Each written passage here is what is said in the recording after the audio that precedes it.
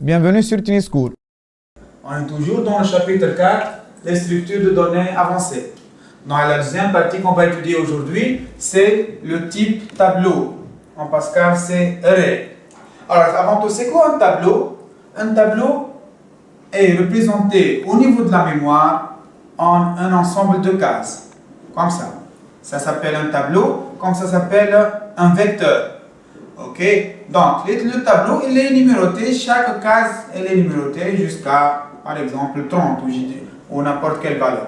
Et chaque case elle contient une valeur, par exemple ici 12 et demi, 17,5, 14,7, etc., etc., etc.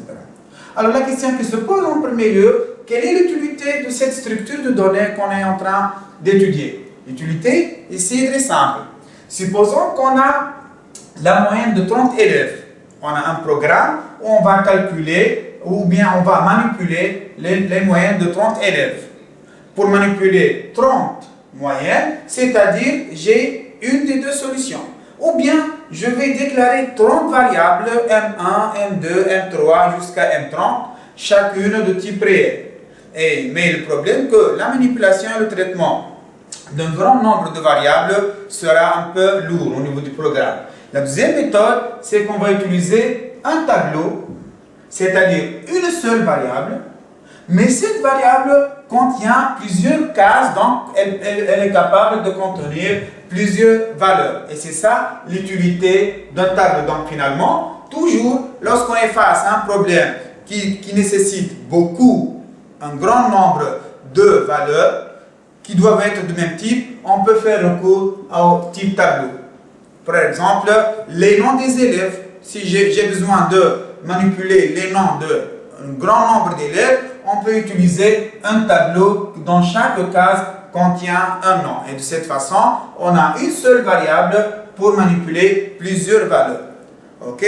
Donc, maintenant la question qui se pose, si c'est une seule variable qui s'appelle T, comment accéder à une de ces cases, à une de ces valeurs? Par exemple, pour accéder à la première case, j'écris T de 1, entre crochets. La deuxième case, c'est T de 2. La 30e case, c'est T de 30. La N-e case, c'est T de N, et ainsi de suite. Bien sûr, dans le cas où mon tableau s'appelle T. Si mon tableau s'appelle M, M de 1, M de 2. Si mon tableau s'appelle Moi de 1, Moi de 2, ainsi de suite. Ok? N'oubliez pas ça. Alors, comment on déclare maintenant un tableau? Donc, une fois j'ai besoin d'un tel tableau, comment je le déclare? En analyse et en Pascal. Donc, regardez bien. Maintenant, la déclaration.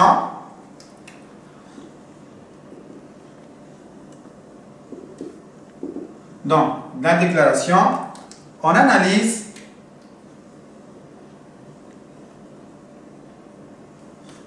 on va faire le TDNT. C'est quoi le TDNT? C'est le tableau de déclaration de nouveau type. T, D, N et T. TDNT, tableau de déclaration de nouveau type. Autrement dit, c'est un tableau qui a une seule colonne, on ne va pas diviser sur deux colonnes, où on met en haut type, et ce tableau sert à déclarer des types. Je vous donne l'exemple et j'explique davantage. Par exemple, pour déclarer ce tableau T, je vais mettre par exemple un type tab. C'est quoi tab? Je vais dire tab égale tableau.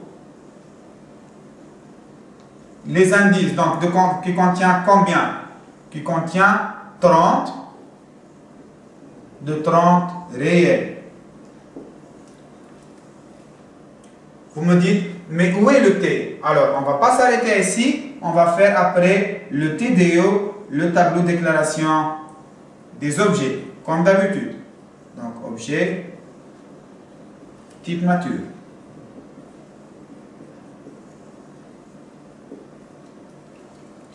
clair? Donc, comment je vais déclarer maintenant? Je vais dire que l'objet s'appelle T et c'est de type tab, nature, variable. Donc, qu'est-ce que j'ai fait autrement dit? Je reviens ici au type.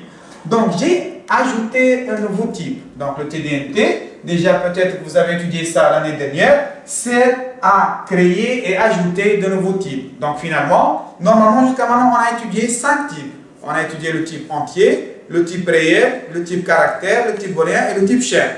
Mais la question qui se pose, est-ce que le programmeur lui-même, au niveau de Pascal, peut ajouter d'autres types? Oui, il peut. C'est grâce au TDNT qui permet d'ajouter d'autres types. Donc ici, maintenant, j'ai 6 types. Le 6e type, c'est le type tab. C'est quoi tab? C'est un tableau de 30 réels. Et au niveau du TDO, je ne vais pas dire T est de type réel. Je ne vais pas dire T de type entier. T est de type tab. Et tab, c'est le type que j'ai défini ici. C'est clair? Alors, si je vais donner la forme générale, donc comment on fait la forme générale? On met ici nom du tab, nom du type.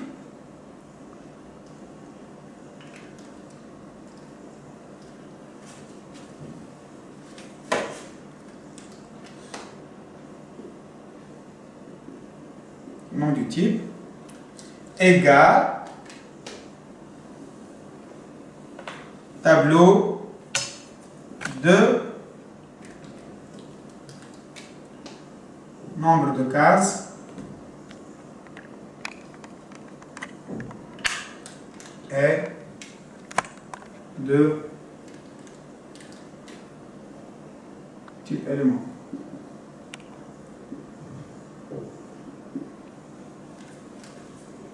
Et ici, on va mettre le nom de la variable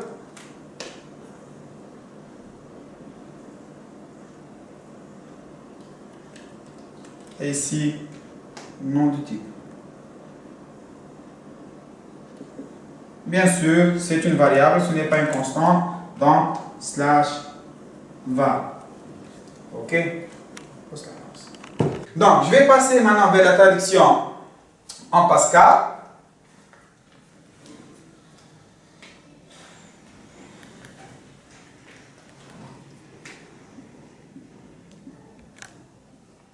Donc, le TDNT en Pascal sera traduit en taille au lieu de var. Donc, maintenant, on a 3 choses. Au niveau de la déclaration, on peut faire taille pour type, var pour variable et const pour constante. Donc, taille, je vais faire le premier exemple, le type tab, tab égale array, d'où à où, de 1 à 30, of real. Donc, quand vous avez vu que cette traduction Pascal est presque conforme à ce qu'on a écrit au niveau du TDNT. Ou bien, pour l'autre type, tab nom égale array 1/20 of string, chaîne. Donc, on a déclaré 2 types, un type qui s'appelle tab, un type qui s'appelle tab nom. Maintenant, je dois déclarer les variables. Donc, je vais déclarer la variable t, donc va t de point tab. Variable nom de point tab nom. C'est clair? Donc, je répète, on a défini le type tab, on a défini le type tab nom, puis on a déclaré la variable t de type tab, on a déclaré la variable nom de type tab nom. C'est clair? Je vais passer à quelques remarques très importantes. Suivez ici.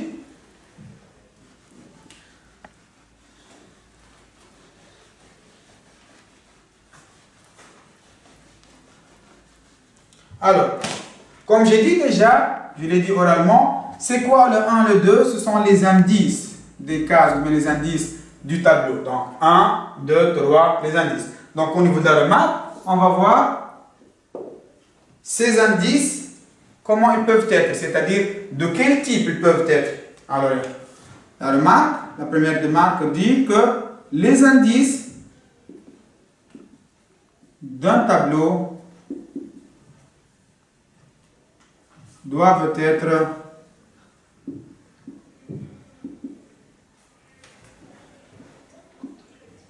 de type scalaire. Je souligne ici scalaire. Qu'est-ce que ça veut dire scalaire? C'est-à-dire un des trois types, ou bien entier, comme ici, 1, 2, 3, ou bien caractère. Par exemple, caractère, la première case, c'est numéro A, numéro B, C, D, ou bien scalaire énuméré. Et le scalaire énuméré, on va le voir dans la prochaine vidéo. C'est clair?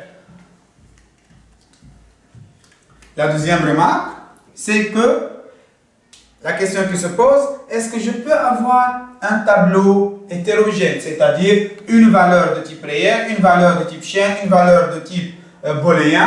Non, ça c'est impossible. Donc, la deuxième remarque dit que le contenu, ou bien les valeurs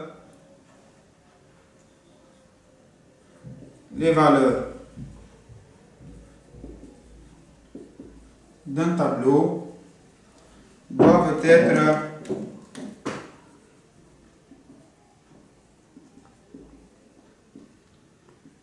de même type.